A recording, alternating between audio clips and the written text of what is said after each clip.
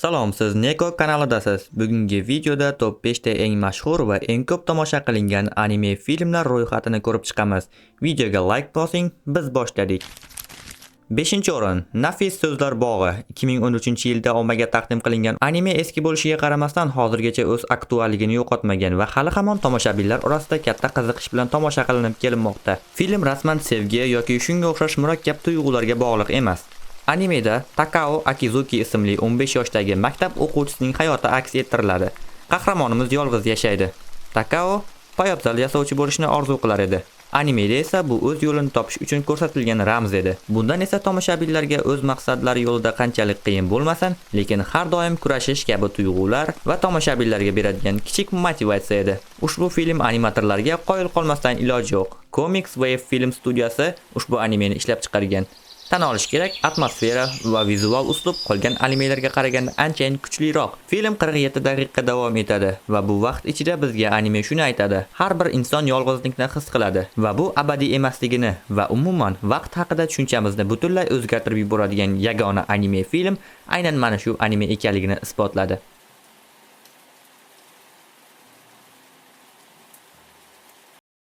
4-o'rin Salom dunyo 2019-yilning sentyabr oyida taqdim qilingan ushbu anime tomoshabinlar orasida katta shov-shuv ko'tardi. Sababi bu animeda odamni chalkashtiradigan va umuman tushunib bo'lmaydigan vaqt bilan bog'liq paradokslar juda ham ko'p edi. Kyoto shahrida yashovchi Naomi Katagaki va uning kelajakdan kelgan o'zi o'rtasidagi uchrashuv animening asosi hisoblanadi. 2077-yildan kelgan Katagaki 2019-yildagi yoshlikdagi Katagakining oldiga keladi. Ya'ni o'zini oldiga kelajakdagi o'zi keladi. Yuqorida aytganimdek, animeda vaqt bilan bog'liq chalkashlik juda ham ko'p. Katagakining maqsadi o'z sevgan qizi Rurini qutqarish edi. Film boshida biz Katagaki va Rurining qanday tanishib qolganini ko'ramiz. Ularni aslida bir-biri bilan tanishtirgan odam esa kelajakdan kelgan Katagaki edi. Kelajakdan kelgan Katagaki o'tmishga qaytib o'zini oldiga kelib, hozirgi voqelikda Katagaki va Rurini tanishtiradi. Ko'ryapsizmi, naqadar chalkash. Anime oxirida esa bizga qandaydir kelajak ko'rsatiladi. U yerda Ruri o'lgan edi, lekin uni o'tmishda kichik Katagaki qutqargani sabab kelajakdan kelgan Katagakining olamida Ruri endi tirik bo'ladi. Katagaki uni bo'lib o'tgan o'tmishda qutqara olmagan edi. Endi esa o'tmish qayta yozildi. Katagaki uni qutqardi, ammo bu Katagaki emas, boshqa Katagaki. Miyaga biroz dam beramiz. Xullas, bu animening 1000 marta eshitgandan ko'ra 1 marta ko'rgan yaxshi. Shunday ekan, marhamat tomosha qiling va taassurotlaringizni videoni kommentariyasida yozib qoldiring. Anime rostdan ham zo'r ishlangan. Bu yerda ham animatorlarga tan bermasdan iloji yo'q. Sababi har bir elementga alohida e'tibor berishgan. Anime nafaqat vizual jihatdan chiroyli, balki u o'zining biroz chalkash, ammo qiziqarli syujeti bilan ham esda qolardi edi. Salom dunyo, bu vaqt va sevgi haqida hikoya. Film bizga shuni eslatdi. Har bir qarorimiz kelajakka ta'sir qiladi va ba'zan oddiy uchrashuvlar ham qalbimizda abadiy iz qoldiradi. Sevgi faqat vaqt bilan cheklanmaydi. U hatto virtual dunyo yoki kelajak haqiqatini ham yengib o'tadi. Har bir tuyg'u va har bir qaror hayotimizni shakllantiruvchi kuchdir. 3-o'rin Tabiat farzandi. Ushbu anime ham 2019-yilda ommaga taqdim qilindi. Animedagi asosiy qahramonimiz Hodaka ismli bola bo'lib, u o'z uyidan qochib ketadi va Tokioga boradi. Ikkinchi qahramonimiz esa Hina ismli qiz edi. Hinada ob-havoni boshqarish qobiliyati bor edi. U yomg'irlarni to'xtata olar edi. Shaharda har kuni yomg'ir yog'ar edi va bundan odamlar bezor bo'lib ketishgan.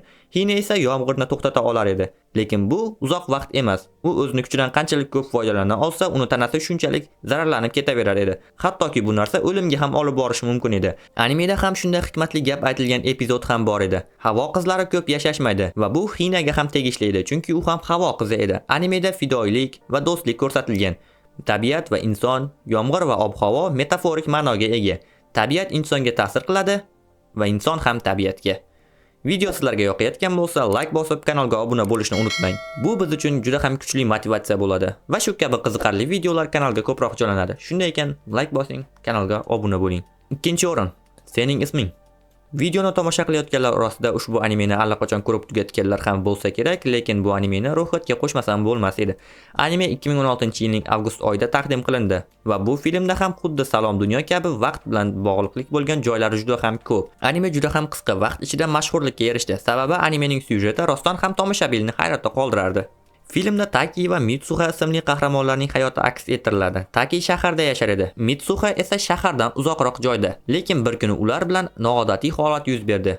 Ularning tanalari almashib qolishdi. Shunday qilib ular bir-biriga yozish orqali muloqot qilishardi. Lekin bir kuni Mitsuhaning shaharchasi Itamoriga kometa kelib uriladi. Taki esa bu voqeadan so'ng Mitsuhaning shaharchasiga borib uni qidiradi. Xullas bu animeni ham bir marta ko'rib chiqing va sizga aniq aytaman, bu anime sizga ma'qul keladi. Birinchi o'rin, ovoz shakli. Bu animega ortiqcha ta'rif berish ham shart emas, lekin shunday bo'lsa-da, sizlarga kichik ma'lumotlar va katta spoilerlar berib o'taman. Anime 2016-yilda Kyoto Animation Studios tomonidan ishlab chiqarildi. Filmda Shoya Ishida va Shoko Nishimiya ismli qahramonlarning hayoti ko'rsatiladi. Shokoda eshitish qobiliyatlari yo'q edi. Boshqacha qilib aytganda, uning quloqlarida nuqsoni bo'lgan sabab u eshita olmas edi. Shoko esa juda ham shum va juda ham tartibsiz bola edi. Boshlang'ich maktabda Shoko Ishidaga juda ham ko'p zarar yetkazar edi. Lekin Shoya undan zarrachalik ham xafa bo'lmas edi. Vaqtlar o'tib Shoko ulg'aydi. Eski, zararli va yomon odatlari yo'qolgan bo'lsa-da, uni ko'pchilik yoqtirmas edi.